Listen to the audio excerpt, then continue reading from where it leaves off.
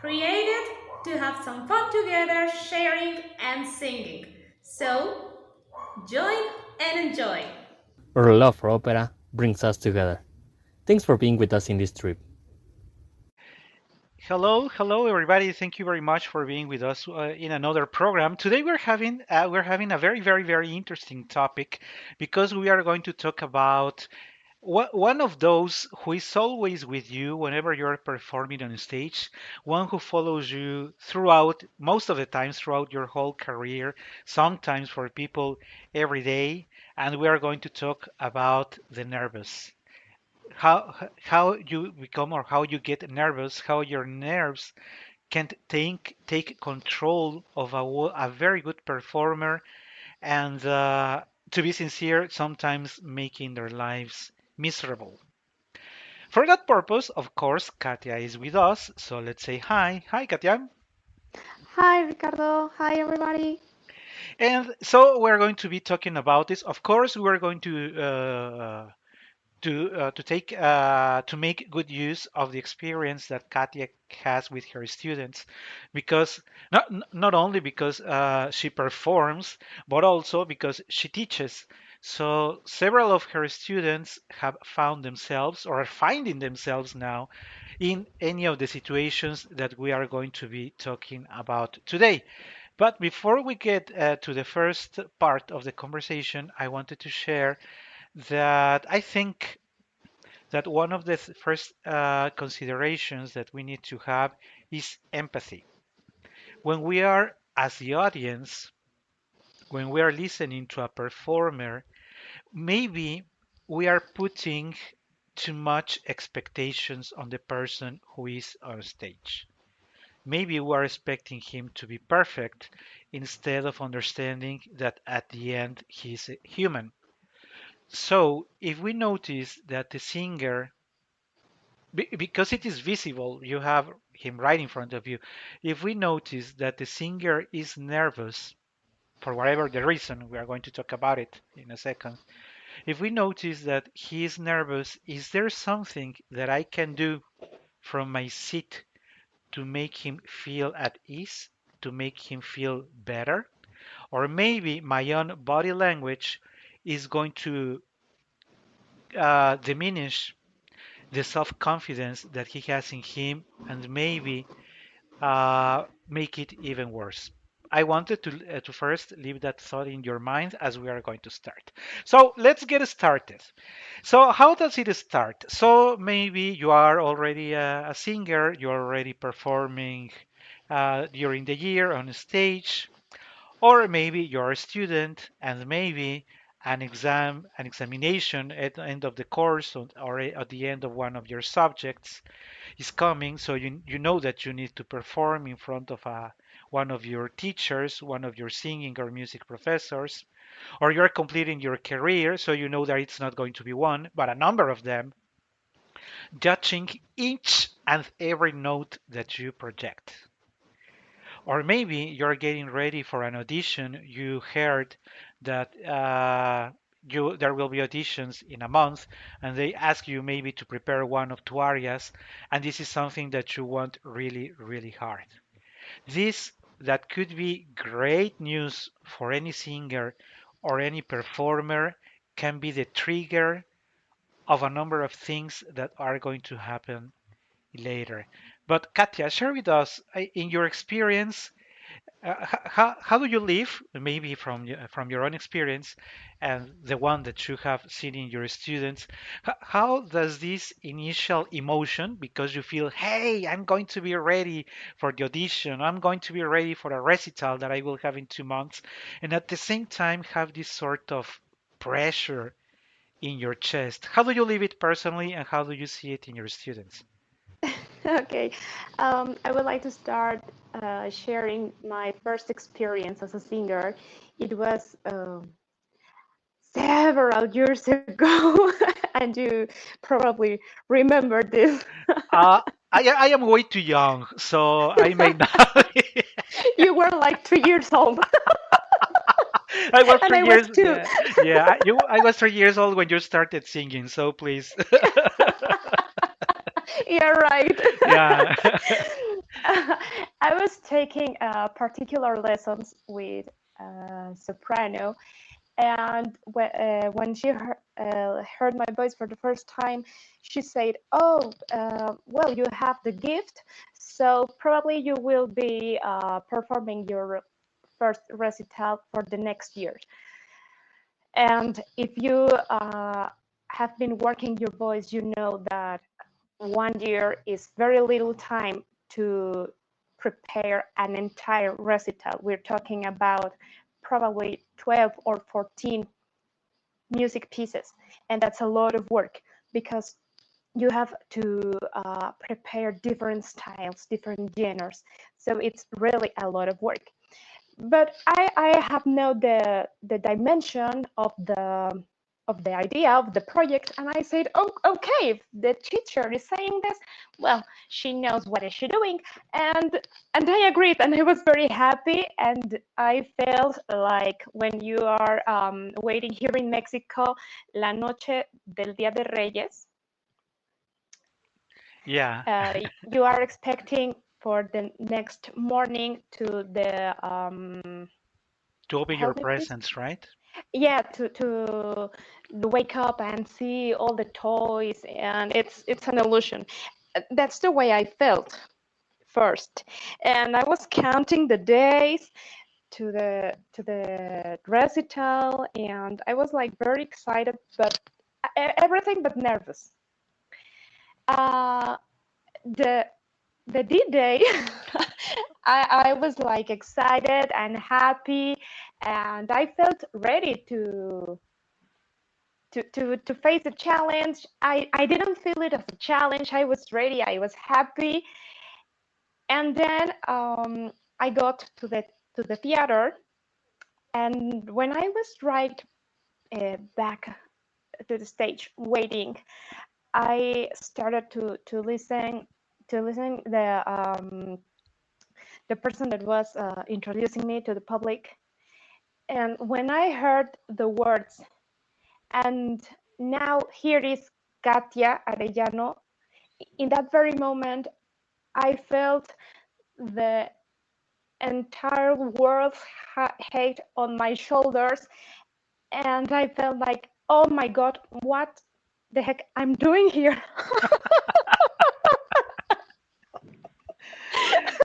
Yeah. Yeah, I felt that my knees were gonna bend over, and I didn't want to face the public. I didn't want to sing. I just wanted to run. But I take a deep breath and I said, well, I'm here. I really wanted this. So I I'm gonna face it. I wanted this. I did my best effort. I will do what I know to do, and let's go. So I started to sing my first song, and I was terribly nervous. I I've never seen so many people watching only to me, listening to me, paying all their attention to me. So I was nervous. I felt my mouth completely dry. But when I finished this first song and I heard the applauses, I don't know if I did it right. I know that I didn't have a mistake like forgetting the text or something wrong with the music. I'm sure of that. But it was my first recital. I have only 1 year studying, so I know that I didn't sound like probably Natalie Dessay or Jan Sultanov. I'm sure of that.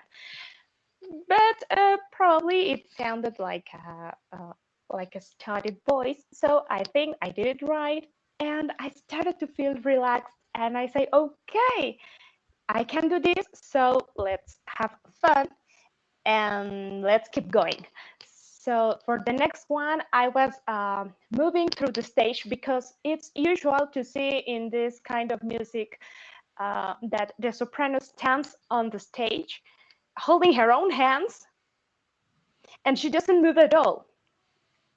But I was singing and I was like walking from one side to the other, and I felt like a fish into the water.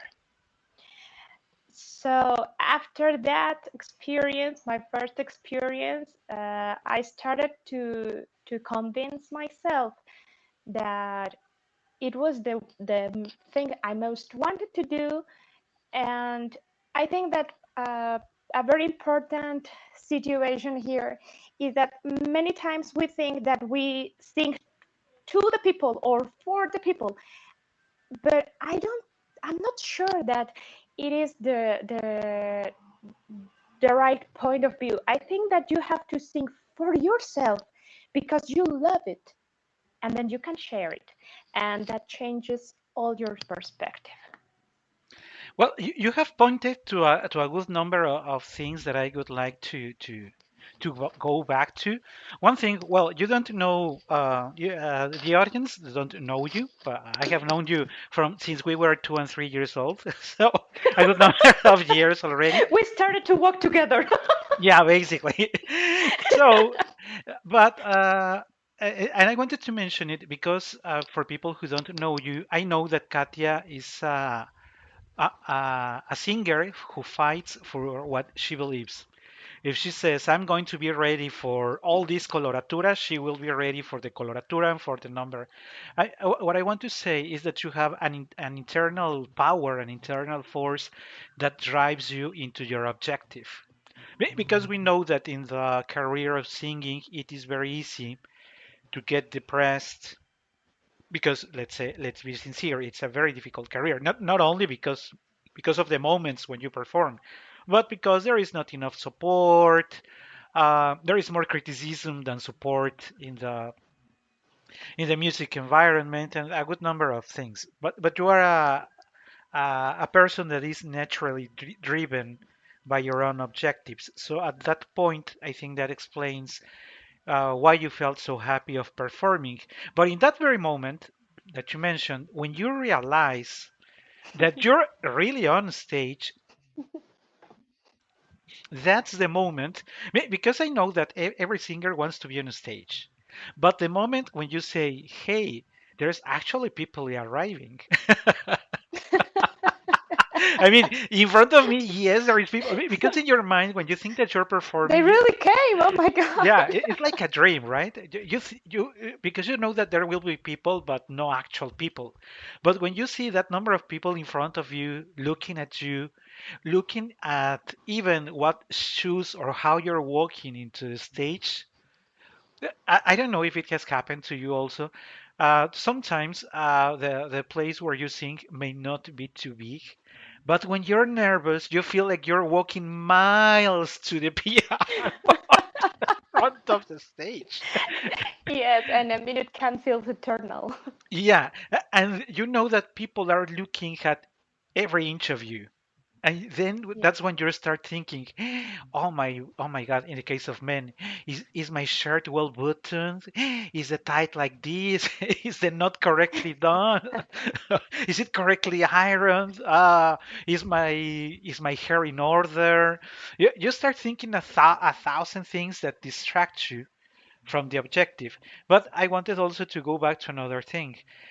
Um, Sometimes it is said that, or we can consider that a lot of these nerves have to do with your your own psychological balance.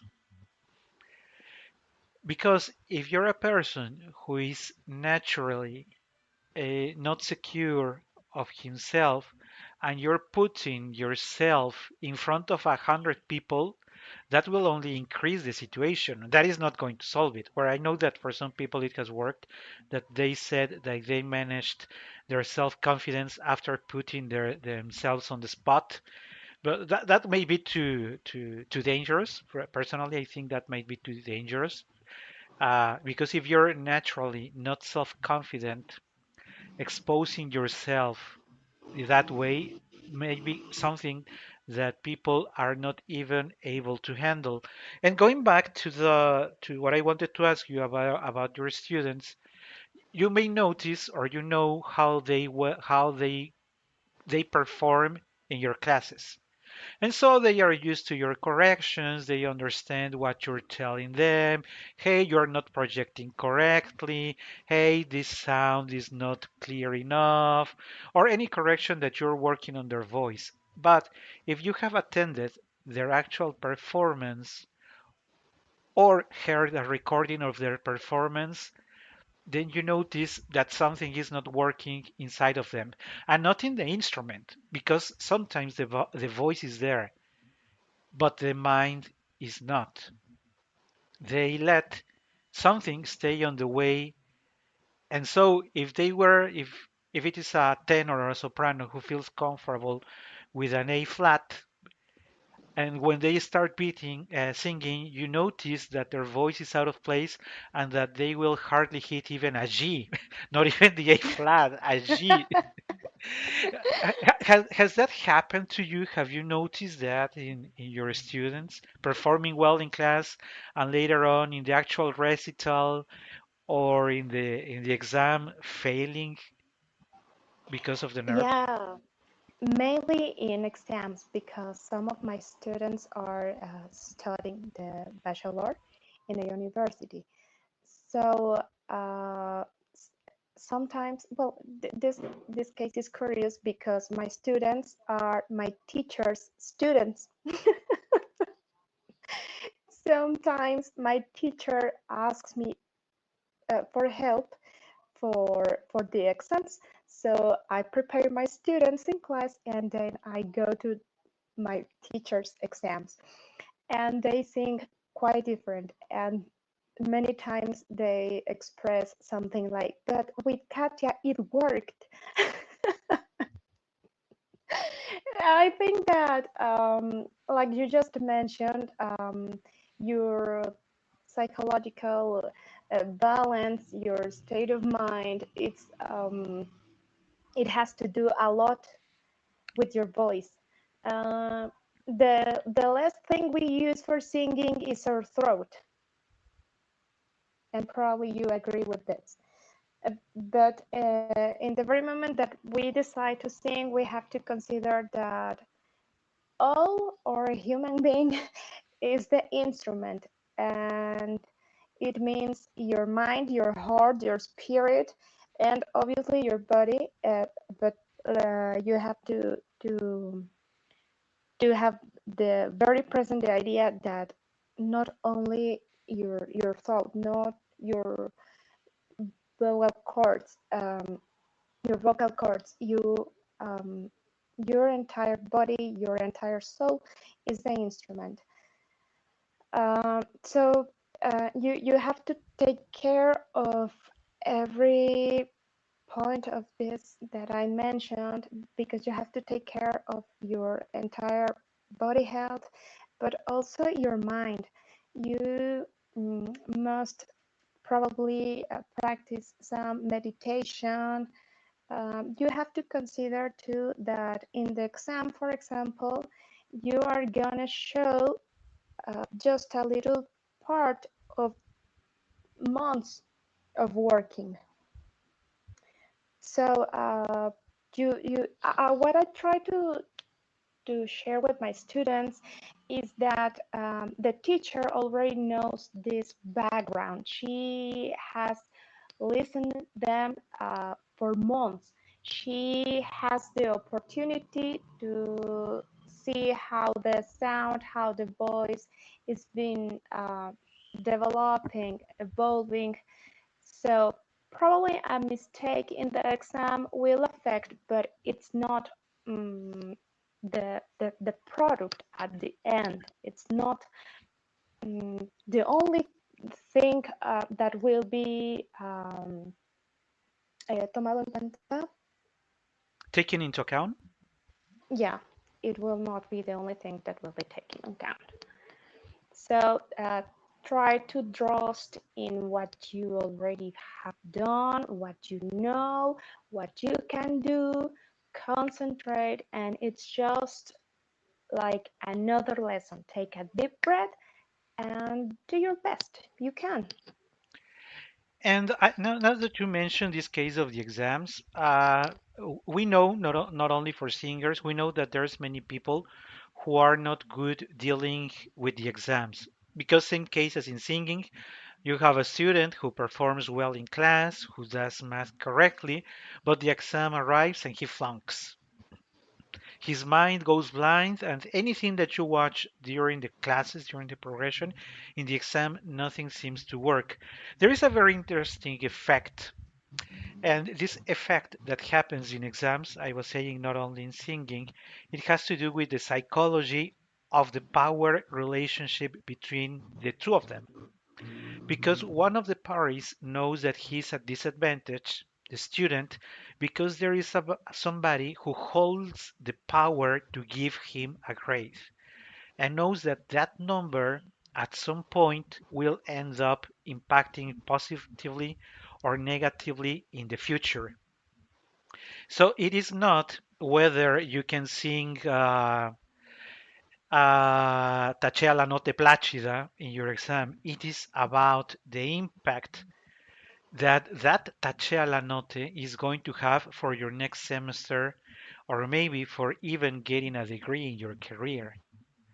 So when the mind starts doing all that, when the mind goes into, but if I flunk and the professor, the teacher will not like it, and the comments around me, and then I will not get a job, and nobody will invite me, and the collaboration, and your mind goes miles and months away in the distance, thinking of all the catastrophic things that are about to happen because of you singing Tachala no te placida.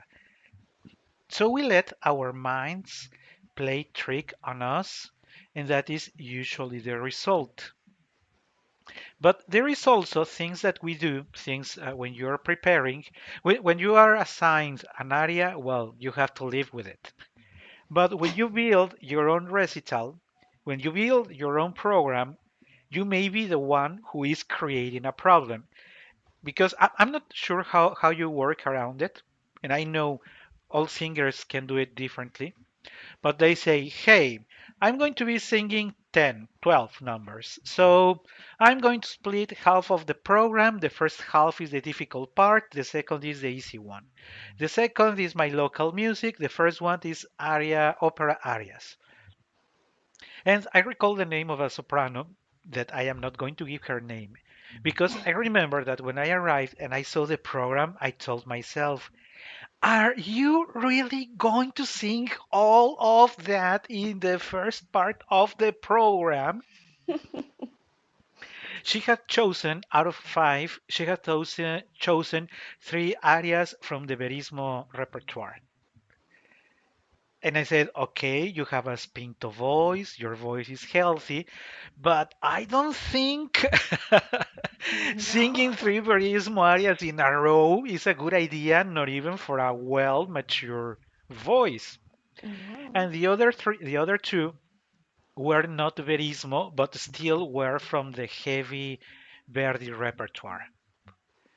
So I told myself, are you planning on singing or are you planning on committing suicide in front of everybody?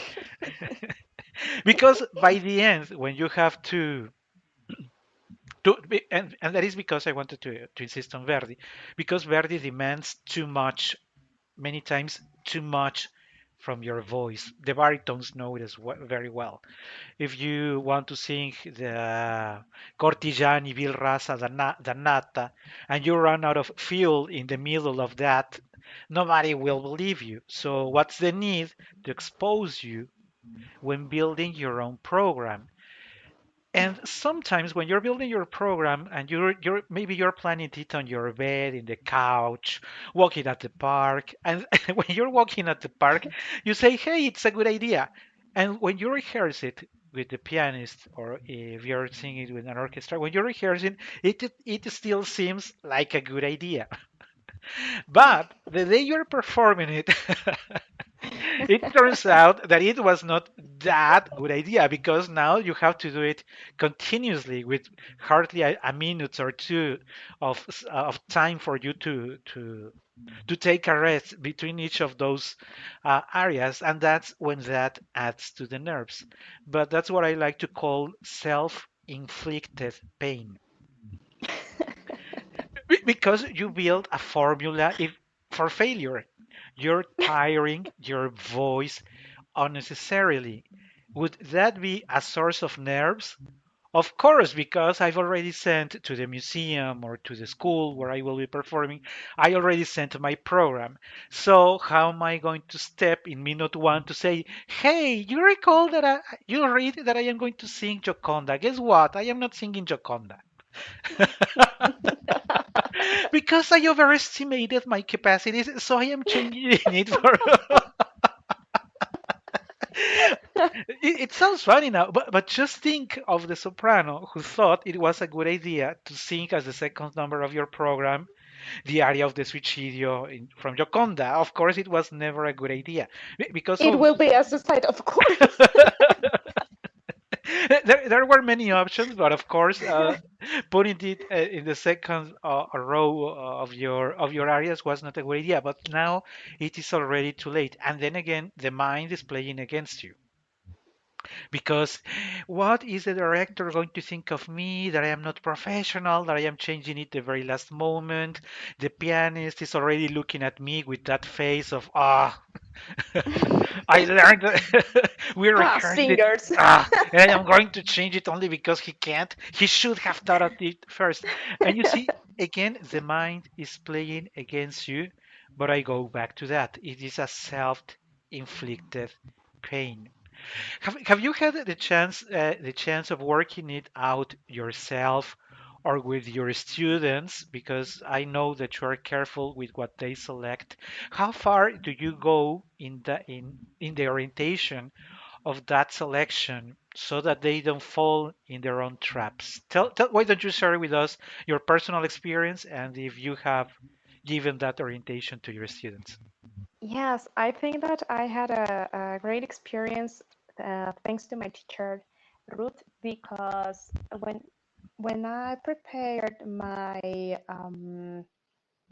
degree recital, she helped me. Well, I have like not 1,000, but I have many pieces of music that I wanted to choose for the program, but she helped me very wisely to start with something that made me feel that I was like warming up my voice. You have to learn to be wise and humble, to listen and to recognize your real skills. Uh, Probably you could start with I don't know, with an Olympia or something, but it's not probably the most wise thing to do. I think that uh, it's better to start with something more kind, to warm up your voice. And for the third piece, it can be a medium difficulty aria, and then I choose Caro Nome and this Mozart aria, Durch Zärtlichkeit und Schmeichel. Very easy aria, by the way. Of course, Of of course. course. No high notes for me, No high notes. obviously. Yeah, of course. No pyrotechnics. But for this point, my voice was ready and my nerves were like settled. So you can afford it with a better sound, a better voice, and in peace. For the second part, I started the program with Tosti, and then I had Me llaman la Primorosa. Hmm. And I finished with three more, well, not that pyrotechnic music. So I think it was a very balanced program. I tried to check and analyze the fortitudes and the weakness of my student voices to create a program or select music that comes like in this crescendo and then you rest. It's like making exercise. I've been running from 6 months, and you when you run, you know that you have to warm up your muscles. You start to run like light, like slow. Then you increase your speed, the workout, and then you start to relax again. That's the way you sing. That's the way you should sing. And I think that I like the way you explained it because I also agree with that approach. When you're building your when you have the chance, it is your recital, or you have the chance in your situation of choosing what to sing. Many singers think, I will start with, for instance, I will start with the first aria of Violetta because I want people to be aware that I am able to sing Violetta, no? Or a tenor that says, hey, I'm going to start singing Luce Van le Stelle. And you say, hey, the public is not ready, the audience is not ready. Not only the singer is not You're has not not ready, of warmed course. up, but the audience either. It's like because in a recital, it is like a building a bond. You know, the moment you go out the first aria, they get used to your voice if they have never heard you. They get used to how you are on stage. You get used to how the audience is on that particular day.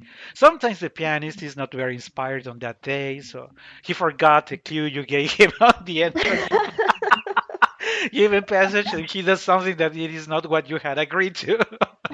Those things happen. So usually the first and sometimes the second aria or song is for that. You feel relaxed. You feel how your voice is flowing in a given environment. Sometimes there are places where the sound sounds also very dry, very metallic, or you're in a place where there is way too much clothes and the sound is fully absorbed. And even though you know that you are projecting well, you start having doubts because you think nobody's listening to you at the in the last row. You know all those things are happening in your mind. And the best way to do it once you're performing is, as you explained, build it. And I like also the concept of a crescendo. You don't start a symphony with with all the instruments full volume, right? You Okay. start building the tissue of the melody and you flow. I personally like it when when you can see like this leitmotif guiding the whole program. You see, okay, the singer is warming up with a nice aria with a nice song proper to his vocal qualities. Second or third piece, now that he feels well, he gives us one or two very nice, spectacular pieces, and he wraps up properly the first part of the program. And not a singer that you think is going to fall off. You're not singing, but you suffer. You're suffering because you see the singer is suffering, and so everybody is suffering. The singer is suffering, the audience is suffering, even the pianist is suffering because you can see in the tip of your eye that the pianist is nervous because he doesn't know If if you're gonna end the aria. if you're going to reach the note or if he's going to wrap up with a chord, trying to cover you. It really makes everybody's people hard. And it is only because we are unable, singers are unable to properly administer their voice. And the horrible thing about it is that once you fail on stage, usually, not always the case, but usually you don't go back. Your mind, now that you say, oh, they heard me crack my note, and for the next area that is even worse, the public is expecting you to crack again, and you say, I am going to skip it. Instead of an A, I'm going to sing an E. Instead of fortissimo, I'm going to just do it piano so that I don't expose myself. But by that time, your mind is already playing way too many tricks on you. And that's exactly the point that I wanted to ask you. As we know, we can fail. All singers have failed in something because voice is like that. Yeah. How do you advise other singers, other colleagues to face that fact? Okay, I just noticed. Well, you have a very good memory. That may not be your case, but you face the fact that you committed a little mistake here or a little mistake there, or you had to skip a note because you knew it was not going to work. How do you advise that people go back to his inner balance? Because there are still areas that you are going to sing. How do you find your balance against once you know you have failed? What would you suggest? Okay. Well, it probably sounds a little pretentious, but that's not the intention of this. Uh, you have to trust in yourself, to value yourself, to value your voice. And something that I used to think when I'm on stage is, okay, I I will probably mistake, but nobody here can make it as I do. I will give my best. I have worked for this and I will probably mistake, but this is my best and nobody can do it as I do. So trust yourself, make your best and enjoy it. And also now that you mentioned enjoy, uh, I was sharing at the beginning of the program that many singers or performers suffer throughout from the very first minute they know they are going to be on stage until the very end. Sometimes it's been weeks or months after they perform and they are still suffering. I know the case of two famous singers that I know personally, and of course that I cannot give their names, but they have built a very interesting international career.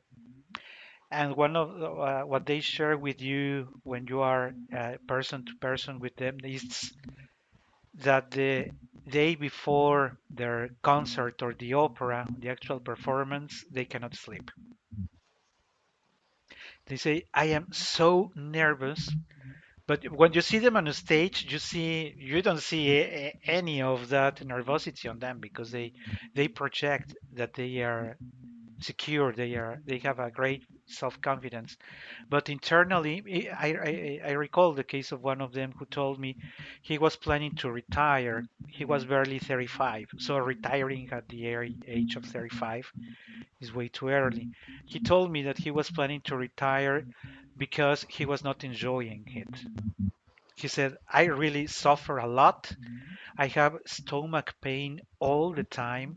The day and the week before I am going to be on stage, my stomach hurts a lot. I cannot control it. I suggested, just as Katia mentioned earlier, why don't you try yoga? Why don't you try relaxation? Why don't you try going to a psychologist? Because, of course, the art is to be enjoyed, for you to enjoy being on stage, singing for yourself, being happy of sharing that music, but not for suffering. But because, of course, how can you tell somebody, okay, you're going to suffer for the next 10 months, so suffer? It is to enjoy, not to suffer. But I'm not sure if maybe we should have, or there should be, or hopefully there is in in a country, I don't know if there is, programs to support singers who really suffer, who really have a problem in managing their nerves and facing the situation that they will be exposed because Katia mentioned it in the last program. At the end, a singer, a performer, a singer is exposed. You are in front of everybody. And if you cannot handle that, your life is going to be miserable. And we don't want your life to be miserable. We would like you to enjoy it. So the other question that I wanted to ask you, Katia, is for either yourself or your students, you pass that positive message, you enhance, reinforce the positive message of enjoy, don't suffer. I mean, of course, if you're going to sing Vesti la Juva, it's a tremendous aria. So, but Canio is suffering. I mean, you are suffering because you are performing Canio, but it doesn't mean that you're going to be hurt the whole month or the whole week crying and in depression because of Canio. You have to be able to separate the two of them. What do you think about it? Is this something that you reinforce, that you make comments to your students? Yeah, well, you have to prepare the character. You read uh, about the work, about the music, about kind of, for example, why is he suffering so much, and you have to to create the character to perform it the best you can. But in the moment you are on stage singing Canio, uh, you have to be enjoying the the the fact of be performing this suffering. I don't know if I'm explaining. It's not a happy scene. It's not a happy area, but you must to feel comfortable, and you must be enjoying the fact that you're performing this suffering. So the experience has to be good for you. The experience has to be positive to you. It doesn't have to do with what you're singing. You're not just to sing about flowers and spring, not all Yeah. the time, but it has to be a good experience. And I think that sometimes it is also being realistic about what you can actually do. Because if you're a soprano and you will be performing Lucia and you know that your E flat is not working, why did you even accept to sing Lucia? You have nightmares about Spardi d'Amaro piano because you know that E flat is coming. So why not being more realistic about what you can actually do? Because the purpose is not to expose you. I mean, if you don't have a huge voice, why going for Canio?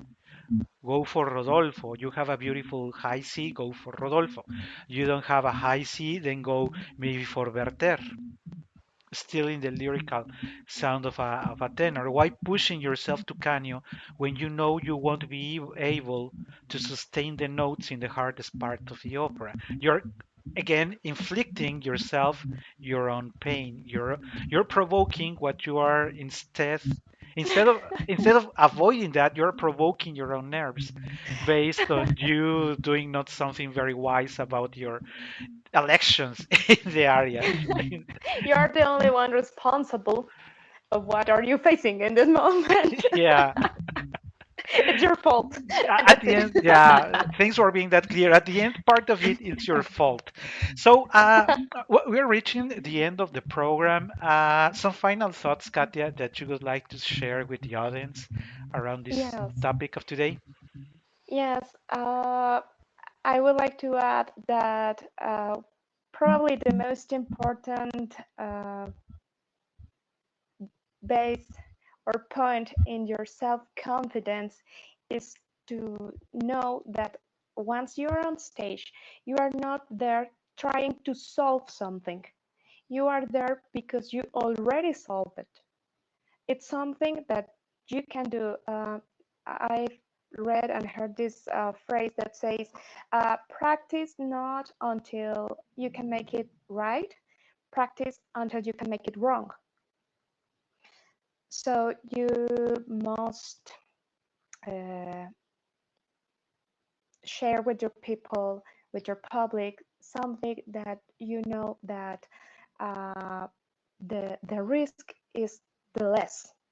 So that way you will feel comfortable, you will be self-confident on what you have worked, that you don't be on risk of, oh my God, will I reach the note?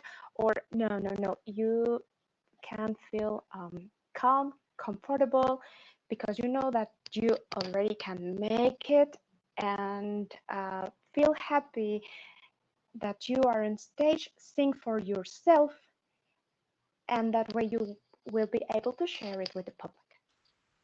Thank you very much for your message, Katia. I think as you shared, as we try to pass the message today, art is to be enjoyed. And if you decided to be a performer, to be a singer, enjoy, enjoy, enjoy. Thank you very much for listening to today's program and hope to be talking to you very, very soon. Thank you. Bye bye. We're posting more content in our profile in Coffee. You can find us there as Opera We Love Singing, all in one word.